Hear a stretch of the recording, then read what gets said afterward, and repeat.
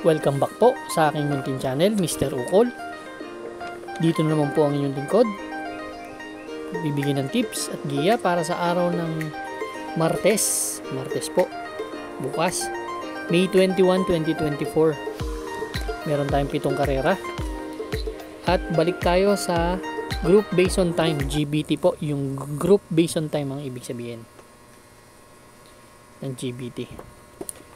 Shoutout tayo kay Boss Carmelo Garcia at sa kapatid niya kay Boss Chris. Salamat Boss Chris sa pagpapasuyo. At kay Boss Rene Nieva, mga sa Dangan OTB ang mga yan. Shoutout na rin sa Dangan OTB, mga mananaya. Kay Bonifacio Amper, Francis Tonido, kay Sir Gilbert Dumuntad, at kay Sir RB Borja Gonzales. Ganun na rin sa magkapatid na Deo and Larry Yuson ng Galas. Shoutout sa mga taga Galas. Start na po tayo. Race number 1 po. Ito po yung start ng ating winner take all event. Covers races 1 to 7. Meron tayong 4 na kalahok, 1,400 meters. GBT number 14. Itong karera na to. First choose ko yung number 2, si Barayong. Si Barayong, huling takbo nito May 12, biglang buhos ang tinalo nito, si Everyday Black. Galing ng mga tinalo nito. 114.6. Same rider. 11 to 15 yung rating base yung tinalo nito. 11 to 15 split. Medyo mataas na rin. Kaya yan ang first choice ko. Actually, galing sa dalawang sunod na nga yan eh. Galing sa dalawang sunod na panalo na to. Si Barayong. Etong karera na to, anybody's race to. 4 na kabayo, lahat to may panalo. Magbibigay ako second choice yung Derimating si Bohemian. Ganda kasi ng post position. Galing din sa panalo yan. Kaya tingin ko itong karera na to, napakagandang laban to. Kung magti-take all ako dito, apating ko na to eh. Si Majestic Star galing sa panalo rin yan. Si Static may 129.5 yan sa 1,400 meters. Kaya itong race number 1 na to, medyo magulo po at magandang karera.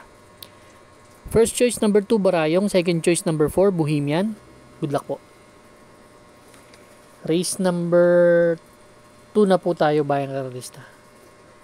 Start po ito ng Pick 6 event, covers races 2 to 7. Ganun pa rin, 4 na kalahok. Ang distansya po is ganun pa rin, 1,400 meters. GBT number 13 naman tong grupo na to. Dito ang gusto ko yung number 4, si Israel. Actually galing sa panalo to si Israel eh. Sumigundo pa nga to kay basta sumigundo to, pero galing sa panalo to last May 8. Tinalo nito si Cathy and Alice, 1.14 ang tinala sa 1,200 meters. Laking kabayo to, gandang kabayo. Tingin ko andun din si Captain Bob nung tinalo nung nanalo to, andun din si Captain Bob nun. Tingin ko ganda ng post position, pwedeng mapabor. Wala naman ganong mabilis dito sa karera na to. Yung Gojigo may tuling konti. Tingin ko nakasunod na rin sa harap yan, kaya susuluhin ko po entry number 4, Israel. Good luck po. Race number 3 na po tayo, bayang karalista. Ito po yung start ng ating Pick 5 event, covers races 3 to 7. Ganun ulit tayo, 4 na kalahok, 1,400 meters na distansya. Group based on time number 20 naman to. Itong grupo na to. Ang first choice ko dito yung number 1, si Sky Magic. Ang basa ko kasi baka pwedeng mauna siya dito at makabuo ng ere si Sky Magic. Ang best time niya sa 1,200 meters may 1.17 medya. Ganoon na rin Skywolf, may 1.17 rin yan. Kaya tingin ko consistent naman tong kabayo na to.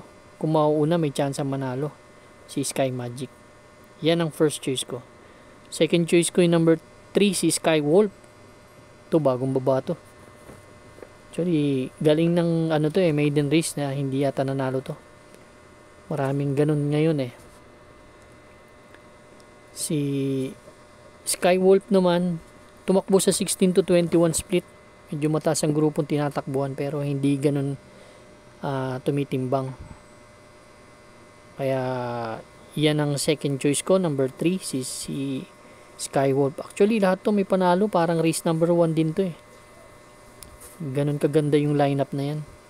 Kaya race number 3 ang first choice ko. Number 1, Sky Magic. Second choice number 3, Skywolf.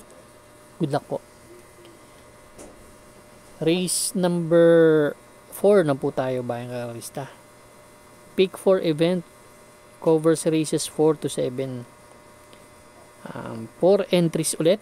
1,400 meters. Group based on time number 18 naman tong grupo na to.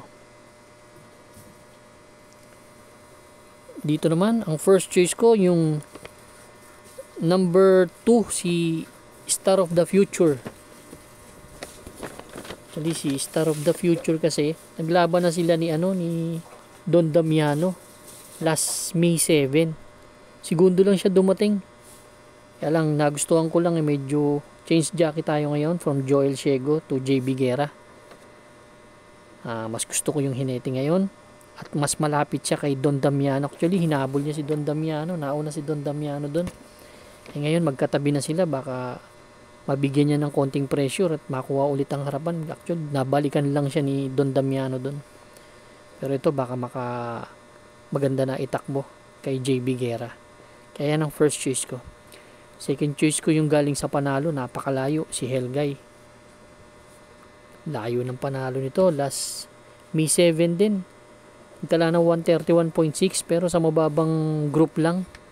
Dun sa 5 non-placer lang nanalo pero layo 131.6 ang tinala. Kaya tingin ko pwede pang umulit.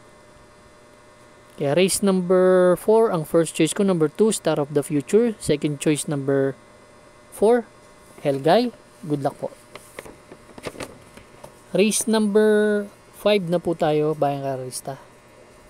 Ito naman po yung last DD1, last extra double. Ganun pa rin, 4 na kalahok, distansya 1,400 meters, group based on time number 15. Itong grupo na to.